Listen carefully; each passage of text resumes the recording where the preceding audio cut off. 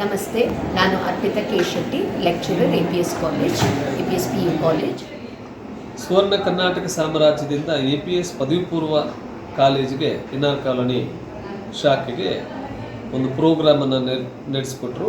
ಸುವರ್ಣ ಕನ್ನಡ ಸಾಮ್ರಾಜ್ಯ team because in-depth ಆಗಿ ನಮಗೆ ಎಲ್ಲರ ಬಗ್ಗೆನೂ ತಿಳಿಸ್ಕೊಟ್ರು. ನಮ್ಮ ಸ್ಟೇಟ್ ಬಗ್ಗೆ ನಮಗೆ ಇಷ್ಟು ಗೊತ್ತಿತ್ತೋ ಇಲ್ವೋ ನಮಗೆ ಗೊತ್ತಿಲ್ಲ, ಬಟ್ ಇವತ್ತಿನ ಸೆಷನ್ ನಾವು ಅಟೆಂಡ್ ಮಾಡಿರೋದ್ರಿಂದ ಈಸಿ ವೇಯಲ್ಲಿ ಮಕ್ಕಳಿಗೆ ರೀಚ್ ಔಟ್ ಆಗೋದು. ಮುಖ್ಯವಾಗಿ PU ವಿದ್ಯಾರ್ಥಿಗಳಿಗೆ ಇನ್ನೊಂದು ಮಕ್ಕಳನ್ನ ಹೇಗೆ ಒಂದು ಪರ್ಟಿಕ್ಯುಲರ್ ಸೆಷನಲ್ಲಿ ಕಾನ್ಸಂಟ್ರೇಷನ್ ಲೆವೆಲ್ ಇಟ್ಕೊಂಡು ಹೇಗೆ get to know knowledgeable stuff ಅಂತ ತಿಳಿಸ್ಕೊಟ್ಟಿರೋದಕ್ಕೆ we are very thankful. Karnataka ರಾಜ್ಯದ ಪರಿಚಯ ಮತ್ತು ದೇಶದ ಗಣ್ಯರ ಪರಿಚಯ. I was very happy to know that there are so many people. Actually, Jhansi Rani Lakshmibai probably is the lady who was born on April 19, so I can relate to her. And character should same ಹಾಗೆ ಇದೆ. ಈ ಥರ ಕೆಲವೊಂದು ಅನೇಕ shortcut ಹಿಂಟ್ಸನ್ನು ಕೊಟ್ಟು ಮಕ್ಕಳಿಗೆ.